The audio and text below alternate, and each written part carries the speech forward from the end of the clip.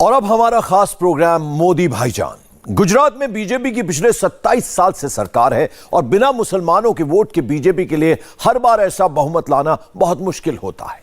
लेकिन इस बार गुजरात के रण में ओवैसी की पार्टी भी पहुंच गई है, जिन्हें उनके लोग भाईजान कहते हैं। तो क्या ओवैसी बीजेपी के लिए मुश्किलें पैदा करेंगे या फिर वो मुसलमानों के वोट काटकर बीजेपी के लिए जमीन आसान कर देंगे?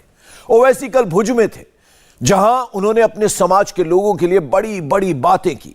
उसी भुज में हमने भी मुसलमानों से बात की तो हमें पता चला कि उनके सियासी मन में तो मोदी बसे हुए हैं। पूरी रिपोर्ट देखिए।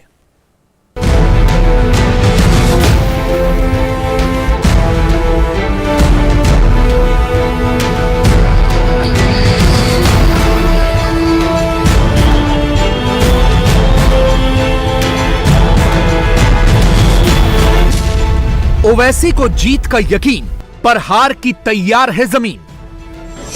कि यहां पर साफ पीने का पानी मुहैया नहीं किया जाता। आपको तकलीफ है कि यहां पर स्कूल और अस्पताल का इंतजाम नहीं है, यहां पर रोड का इंतजाम नहीं है। कांग्रेस की सरकार थी, कभी रोड बना नहीं है। ये अभी नेक्स्ट बहन जब वोटिंग इलेक्शन में जो जीती थी नेक्स्ट ईयर पे, तो इसने ये रोड बना के खातमुहूर्त किया। ये दरगाह है, उसका पूरा रोड नीमा बहन ने 2-3 करोड़ पास करवा के हमारे लिए, मुस्लिमों के लिए सबसे अच्छा काम ये किया। कौन है असली सुल्तान, कौन बनेगा भाईजान? हिंद का अगर कोई सुल्तान है तो गरीब नवाज है, उसके बाद कोई सुल्तान है ना कभी रहेगा इंशाअल्लाह ताला। इस बार मोदी का परचम ले जाएगा गुजरात में 1000%। क्यों बोला भुज का मुसलमान, हमारे तो मोदी ही भाईजान। आप देखेंगे इंशाअल्लाह ताला, जहां कहीं भी गरीब और मजलूम अवाम रहेंगे, मैं अवाम की आवाज उठाता रहूंगा। हमको भी ऐसा होता है कि हम गुजराती है। भुज में 1 लाख मुसलमान, क्या फिर भी हार जाएंगे भाईजान? कांग्रेस और भाजपा बोलते हुए इसी जहां जाता भड़काव देता है, तो कोई बोलता है ये भड़काव भाईजान है। हम बहुत अच्छा इलेक्शन के टाइम पे भड़काऊ भाषण देते हैं, बाकी मोदी साहब का काम हमारे यहाँ तो बहुत अच्छा है।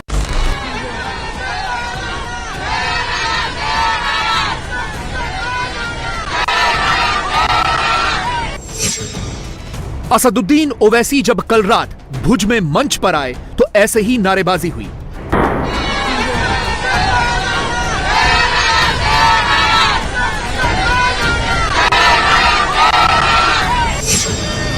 ओवैसी के समर्थक उन्हें शेर बता रहे हैं।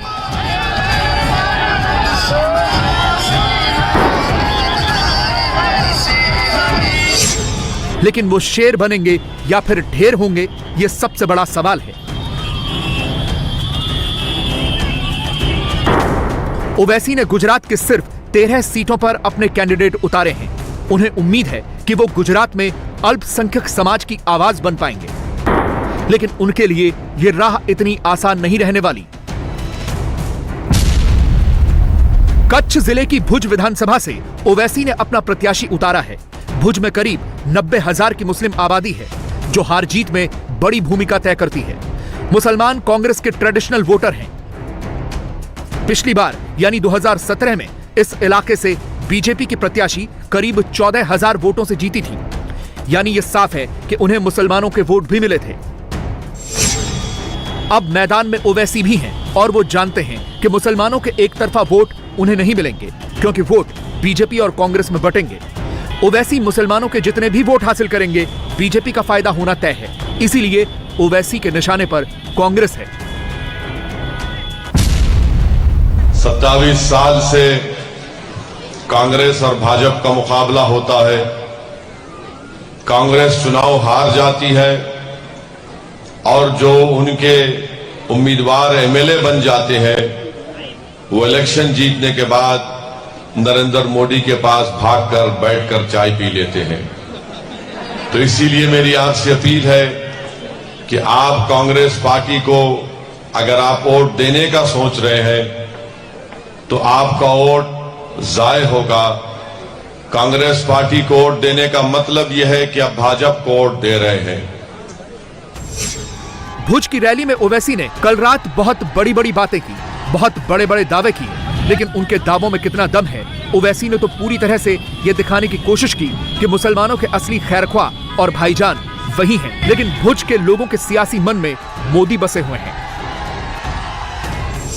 कैसा कर रहे हैं मोदी जी? बहुत बढ़िया काम कर रहे हैं। हाँ, बहुत विकास हुआ। हाँ। अच्छा हुआ, जो भी भुज का अच्छा विकास हुआ है। बुकिंग के बाद बहुत बढ़िया विकास हुआ। हाँ, तो वोट बीजेपी को देंगे हैं? वो तो शिकायत है। अभी जो कैंडिडेट खड़े वो हमारा खुद का ही है, हाँ, केशव पटेल। अच्छा, सबका वो ही है। कांग्रेस से? बीजेपी से। बीजेपी से। बीजेपी काम अच्छा कर रही है काम आपके? किसने अच्छा किया है? बीजेपी ने बहुत अच्छा काम किया है। क्या अच्छा लगता है आपको बीजेपी? बहुत सारे मतलब लेडीज़ की भी और स्त्रियों की बहुत सारी हेल्प की है। फिर स्कूल में भी बहुत सारे अच्छा काम किए हैं। सड़कें अच्छी हैं। बीजेपी ने किया है ये? हाँ, थोड़ा मुझे लगता है। किसको देंगे फिर? वोट बीजेपी को। वोट बीजेपी को। किस मुद्दे पे? विकास पे? विकास के मुद्दे पे, एजुकेशन के मुद्दे पे सब काम किए हैं लेकिन उन्होंने। मैं अधिकांश मुसलमानों से बात कर रहा हूँ। मुसलमान को दिखता नहीं है तो उसकी गलती है ना। काम दिखना चाहिए ना। अगर आपको बहकाता है भुड़काता है तो वो आपकी गलती है। तो बहकाने के लिए भी यहाँ पे लोग आए हुए हैं। आए हुए हैं। खुल के बोलिए ना, कौन आया है?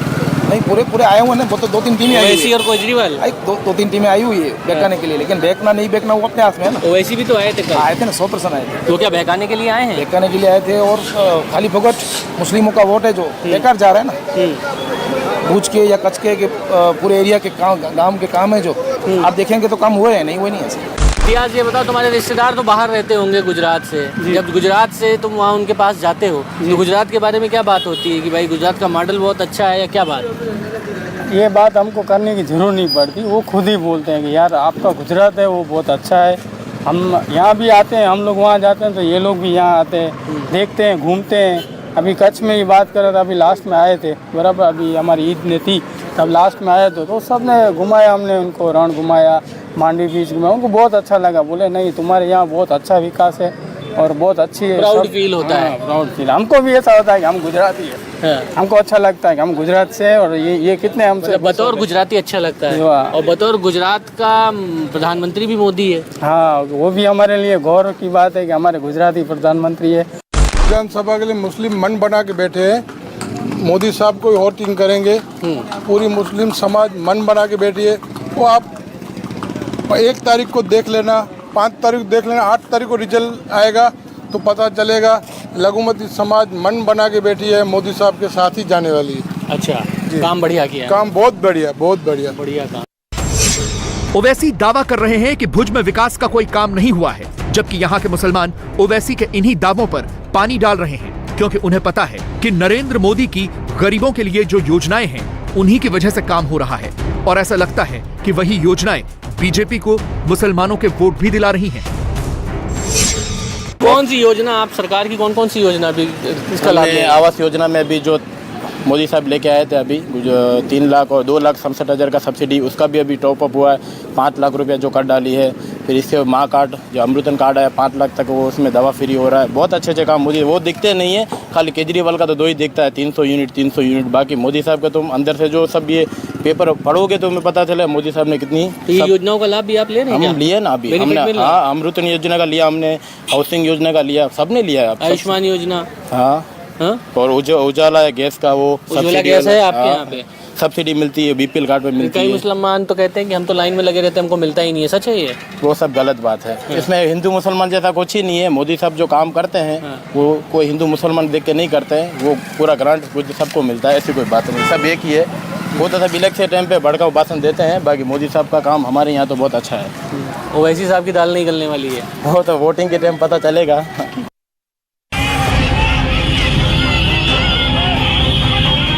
ओवैसी जान रहे हैं कि गुजरात में उनकी जमीन खिसकी हुई है, इसीलिए वो अपनी रैलियों में हर उस बात का जिक्र कर रहे हैं जो मुसलमानों की भावनाओं को भड़का सकती है। ओवैसी के भाषणों में विकास कम और भड़काने वाले मुद्दे ज्यादा हैं। क्या Congress party uniform civil code के खिलाफ है या खामोश बैठी रहेगी? Majlis Ittehadul Muslimeen uniform civil code के खिलाफ है। भारत के संविधान में, भारत के आईन में, भारत के कॉन्स्टिट्यूशन में हम तमाम को अपनी तहजीब की हिफाजत की इजाजत है। और हमारी तहजीब क्या है? हमारी तहजीब हमारे सर पे टोपी, हमारी तहजीब हमारे चेहरे की दाढ़ी, हमारी तहजीब हमारा हिजाब, हमारी तहजीब हमारा चादर, हमारी तहजीब क्या है, हमारा मदरसे हैं, हमारी तहजीब क्या है, हमारे मस्जिदों को आबाद रखना, ये हमारी तहजीब है। अब कांग्रेस खामोश बैठी हुई है, भाजपा कहती है कि हमारी इस तहजीब को यूनिफॉर्म सिविल कोड के नाम पर खत्म कर दिया जाए। असदुद्दीन ओवैसी भाजपा के इस ऐलान की मुखालिफत करता है। बिल्किस बानो का मसला आया तो बिल्किस बानो के मसले पर जब मीडिया ने पूछा कि बोलो बिल्किस बानो पर, तो कहा बिल्किस पर नहीं बोलेंगे, स्कूल पर बोलेंगे।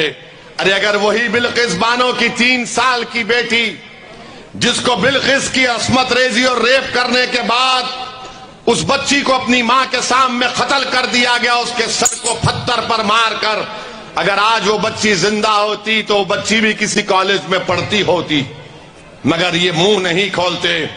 याद रखो, ना कांग्रेस मुंह खोलती है, ना ये दिल्ली की मुख्यमंत्री की पार्टी मुंह खोलती है। लेकिन क्या ये मुद्दे भुज के लोगों के लिए मायने रखते हैं? क्या भुज के लोग वोट यूनिफॉर्म सिविल कोड और 3 तलाक जैसे मसलों पर देंगे या फिर विकास पर? मुद्दा 3 तलाक और जितना हिजाब जैसा मुद्दा है, ये यहाँ पर है क्या? नहीं है, कुछ नहीं है, नहीं है, बिल्कुल भाईचारा है, कच्छ में कुछ नहीं है, कोई दिक्कत नहीं, कोई दिक्कत नहीं है। नहीं, लेकिन मैं देखता ऐसा कुछ है नहीं, तो हिजाब को लेकर मुद्दा क्यों बना रहे हैं फिर मुसलमान इतना? वो तो वोट बैंक के हिसाब से हिजाब और 3 तलाक के जो मुद्दे इतने ज़्यादा आए हैं, लेकिन यहाँ पे महिलाएं मुझे हिजाब में दिख भी रही हैं, कहीं दिख भी नहीं रही हैं, तो ये क्या मुद्दा है मुसलमानों के बीच? नहीं, कोई मुद्दा नहीं, कोई मुद्दा नहीं। दूसरे देशों में तो खुल के विरोध हो रहा है भाई हिजाब का, वो उसकी वहाँ का प्रॉब्लम है। मैं यहाँ का सपोर्ट में है, मैं कच्छ में सपोर्ट में हूँ, बीजेपी के पूरे। हिजाब और 3 तलाक का मुद्दा जो मुसलमानों के बीच में रहता है, ये है क्या यहाँ पर वाकई में? नहीं, वो 3 तलाक तो वो अगर लेडीज चाहती है, अगर कोई औरत चाहती है कि उसको चाहिए तो वो हिजाब नहीं, वो तो इस्लाम में है ही ना, हिजाब का कोई। आप हिजाब के सपोर्ट में हैं? जी हाँ, मैं आपने लेकिन हिजाब लिया तो नहीं है अभी? हाँ, तो वो अलग बात है, अभी मैं हिजाब के सपोर्ट में ही हूँ ना। वो तो स्कूल में जो मामला है वो, क्योंकि स्कूल में तो कोई पहन के जा ही सकता है ना, भले वो यूनिफॉर्म ना हो, यूनिफॉर्म के ऊपर तो ले सकते हैं, यूनिफॉर्म तो पहनती ही है। हमारे बीच में एक मुद्दा और भी बहुत ज़्यादा है कि भाई जैसे 3 तलाक हो गया, कर्नाटक का हिजाब का मुद्दा हो गया, हाँ, और मदरसे वाली, ये सब मुद्दे भी क्या यहाँ के मुस्लिमों के बीच में हैं? है ना, क्यों नहीं है? क्या है? वो हमारी शरीयत की बात है, शरीयत की जंग कोई नहीं छेड़ सकता, वो हमारी शरीयत की बात है, इस्लाम की बात है। लेकिन ईरान जैसे देशों में तो आप देखिए ना भाई, खुले में बुर्के को लेकर विरोध हो रहा है कि आप जबरदस्ती किसी महिला पे थोप नहीं सकते। नहीं, जबरदस्ती किसी इस्लाम में हमारे जबरदस्ती है ही नहीं। तो ये लोग छोटे छोटे धंधे वालों को बोलते हैं आपको आना पड़ेगा। यानी ऐसे मुद्दों पर मिला जुला रिएक्शन मिल रहा है। मुसलमानों को फर्क तो पड़ता है, लेकिन इतना नहीं कि वो अपना वोट बदल दें। ओवैसी का काम अरविंद केजरीवाल भी खराब कर सकते हैं, जिनका फोकस गुजरात के ग्रामीण और मुस्लिम वोटर्स वाले इलाकों पर है। ओवैसी केजरीवाल को छोटा रिचार्ज तो पहले से कहते थे, अब उन्हें मुस्लिम विरोधी भी कह रहे हैं। और ये दिल्ली के मुख्यमंत्री को हम छोटा रिचार्ज का नाम दिए हैं, वो पार्टी भी आई है और वो पार्टी आकर कहती है कि हम गारंटी कार्ड दे दिए। मैं इसके बारे में आपको बताना जरूरी समझता हूं। जब हमारे वतन अजीज भारत में पहला कोविड का दौर शुरू हुआ तो पूरे मुल्क में सबसे पहले अल्पसंख्यक समाज मुसलमानों को बदनाम करने का काम यही छोटा रिचार्ज दिल्ली की पार्टी ने किया था। जो आज आपको कार्ड देकर जाते हैं, पूछिए इनसे कि दिल्ली में तुमने तबलीगी जमात को बदनाम क्यों किया। जब डेटा निकलता था कितने लोगों को दिल्ली में कोविड हुआ है, तो ये लोग बाजू में लिखते थे कि तबलीगी जमात कितने लोगों की वजह से कोविड फैला है। सुपर स्प्रेडर का नाम यही दिल्ली की मुख्यमंत्री की पार्टी ने दिया और बाद में दुनिया ने देख लिया कि कुदरत ने इसके इस इल्जाम को हाईकोर्ट के जरिए झूठा साबित किया। इसने हमको बदनाम करने के लिए कि दाढ़ी वालों ने, टोपी पहनने वालों ने, बुर्का पहनने वाली खवातीन की वजह से भारत में, दिल्ली में कोविड फैला। इसकी वजह है मुसलमानों के बीच केजरीवाल की बढ़ती लोकप्रियता। कुछ लोग केजरीवाल के मुफ्त वाले वादों के चक्कर में वोट देने को तैयार हैं। केजरीवाल की चर्चा बढ़िया रह रही है। अच्छा, अभी हम तो ऐसा लग रहा है इस वक्त कुछ बदलाव होगा, आम आदमी पार्टी आएगी, ऐसा लग रहा है हमको। गुजरात में आम आदमी पार्टी आम आदमी पार्टी अभी आई है, अच्छी बातें कर रही है। 300 यूनिट बिजली फ्री और महिलाओं को 1000 रुपीज़ दर महिलाओं को 18 साल के ऊपर से, और बेरोजगार भत्ता 3000 रुपया। अभी जो केजरीवाल जी कह रहे हैं, जो दिल्ली में भी 90% करके बताया, पंजाब में भी करके बताया, तो गुजरात में अभी एक ख्वाहिश है, गुजरात की जनता की एक ख्वाहिश है केजरीवाल पर कि अभी केजरीवाल जी आए तो केजरीवाल जी ये करके दिखाएंगे। अभी क्या परिवर्तन की लहर चल रही है। ये कह रहे हैं कि गुजरात की ख्वाहिश है कि भाई केजरीवाल को मौका दें। आप भी लगता है कि भाई आप तो यूथ है, यूथ भी क्या फ्री की चीज़ों पे विश्वास करेगा? फ्री की चीज़ों पे विश्वास नहीं किया, पर अभी इनको मौका मिलेगा और सब देखेंगे। और इन्होंने केजरीवाल ने जो बोला है वो करके दिखाया है। मोदी जी ने खाली बोल वचन दिया, कुछ करके नहीं दिखाया। मोदी जी ने क्या किया, भाइयों बहनों मित्रों बस चले गए। और केजरीवाल ने क्या करके दिखाया, पंजाब दिल्ली सब। और ये बीजेपी वालों की पॉलिसी है कि फ्री का हमारा गुजरात के युवा नहीं लेगा, तुम तो कुछ करके दिखाओ। अभी भी तो ये केजरीवाल सही लगता है। अच्छा, मोदी क्यों सही क्यों नहीं लगता है? अभी तो ये बहुत बोल रहा है ना, 15 दिन वो बोलता है कि अभी ये लॉकडाउन आया, हाँ कुछ नहीं हुआ उसमें। अभी हम लोग यहाँ दो साल हुआ लॉकडाउन में, बराबर। लॉकडाउन में 2 साल हुआ तो इसमें कुछ नहीं दिया इसने, कुछ नहीं। खाली ऐसे बोलता है कि चावल आ जाएगा, वो आ जाएगा, कुछ आया तो कुछ नहीं है, कुछ नहीं। केजरीवाल यहाँ आए हैं? केजरीवाल आए नहीं है, लेकिन अभी आने वाले हैं। लेकिन इसमें हमको लगता है कि जैसे पंजाब में दिल्ली में अच्छा किया, जैसे कि गरीब आदमी है, मीडियम आदमी है, बिजली अभी बोलेगा तो ओवैसी तो आ गए 2 बार यहाँ पर। ओवैसी वो भी टीम है, वो कुछ नहीं बोल सकते हम लोग, उसको हम वोट नहीं देंगे, ठीक है? ओवैसी को नहीं हम लोग वोट नहीं देंगे, हम सिर्फ केजरीवाल को वोट देंगे। असदुद्दीन ओवैसी पर अक्सर ये आरोप लगते हैं कि वो बीजेपी के लिए बी टीम की तरह काम करते हैं, क्योंकि अभी तक उन्होंने जहां भी चुनाव लड़े मुसलमानों के वोट काटकर बीजेपी को जिताने में मदद की। अब ये आरोप इतने ज्यादा हो गए हैं कि ओवैसी को अपने मंच से सफाई देनी पड़ रही है। 13 कैंडिडेट हमारे मैदान में है। अब आप बताइए, कांग्रेस का इल्जाम कि ओवैसी खड़े होता है तो भाजपा को फायदा हो जाता है। अरे मैं 13 विधानसभा पर इलेक्शन लड़ रहा हूं, बचे 169, तो मैं चैलेंज कर रहा हूं कांग्रेस की लीडरशिप को, गांधी परिवार को, जाओ पूरे 165 सीट तुम जीत जाओ और गुजरात में तुम्हारी सरकार बना लो।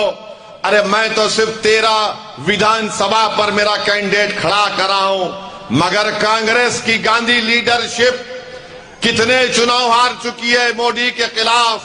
आज पहली मर्तबा मजलिस इत्तेहादुल मुस्लिमीन और ओवैसी आपके दरमियान में आकर आपसे अपील कर रहा है कि कांग्रेस पार्टी एक कमजोर और खत्म होने वाली पार्टी है। अब कांग्रेस पार्टी में वो दमखम नहीं रहा कि वो फिरका परस्त ताकतों से मुकाबला कर सके। लेकिन ऐसा नहीं है कि ओवैसी को पूरी तरह से इग्नोर किया जा सके। भुज में भी बहुत से लोग ऐसे हैं जो ओवैसी को चाहते हैं और ओवैसी की कही बातों पर विश्वास करते हैं। यहाँ पे किसको आप जिताने जा रहे हैं ये बताइए? बीजेपी को दे रहे हैं वोट या ओवैसी साहब को दे रहे हैं? पूरे साहब ओवैसी क्या किया? ओवैसी क्या करेंगे? जो करेगा वो करेगा। अभी देखेंगे, मोदी को आजमा के देख लिया, अभी इसको भी आजमा लेते हैं। अरे मोदी जी पसंद है क्या? नहीं पसंद है। क्यों नहीं? क्यों नहीं पसंद? इसमें हंसने की क्या बात है? नहीं पसंद है तो खुल के बताइए क्यों नहीं पसंद है। ऐसे ही नहीं पसंद है तो कौन? ओवैसी पसंद है? हाँ। क्यों ओवैसी क्यों पसंद है? ऐसे ही। क्या करती हैं आप? पढ़ती हैं? घर में हाउसवाइफ है? नहीं, हाउसवाइफ है। हाँ। हाउसवाइफ है। हाँ। तो इस बार किसको वोट देने जा रही है ये बताइए? ओवैसी को। ओवैसी को? हाँ। हमारे को ओवैसी पसंद है। ओवैसी पसंद है। अच्छा, ये वाला वो जो देखिए पतंग का निशान यार, जो पतंग का निशान है हमारे को ये पसंद है। अच्छा, इसमें लिखा क्या है मुझे ये बताइए? और कुछ नहीं है, ये तो पतंग नो निशान लिखा है। उसके नीचे सुरक्षा ने सामान। सुरक्षा ने सामान बने? क्या सुरक्षा नहीं है यहाँ पे? सुरक्षा नहीं है ना। क्यों? यहाँ पे कानून व्यवस्था तो गुजरात की सबसे अच्छी कही जाती है। कुछ नहीं है। क्या दिक्कत है? क्या नहीं, मुसलमानों को लट्ठी मार रहे हैं सब। कौन मार रहा है? सबको पता है ना कौन मार रहा है। आपको उधर जो डंडा उधर सूरत में क्या उधर अभी हो रहा था, तो हुआ था ना, उधर अन्य हो रहा है ना। नहीं तो क्या आपको लग रहा है जो गोधरा में दंगा हुआ उससे अभी भी नाराज हैं आप लोग? उससे हम तो नाराज है ना। क्यों? क्यों नाराज़ नहीं है? हमारे मुसलमान को कितने मारा था पहले 2002 में, ये मुझे याद है। अभी बीजेपी को 15 साल से हमने जिताया है और हमारा गांव में कुछ नहीं रास्ता है, लाइट भी नहीं आती है, कभी आती है कभी नहीं आती। जब बारिश की बरसात आती है तब बारिश चली जाती है, ठीक है। अभी आप कह रहे थे कि मोदी ने कुछ नहीं किया, अभी आप कह रहे हैं कि बीजेपी में आप रहे। पानी भी नहीं हमारे को, तो वहाँ पानी की अभी सूर है, तकलीफ है। पानी भी पूरा नहीं मिलता है, लाइट भी पूरी नहीं मिलती है, और क्या क्या है।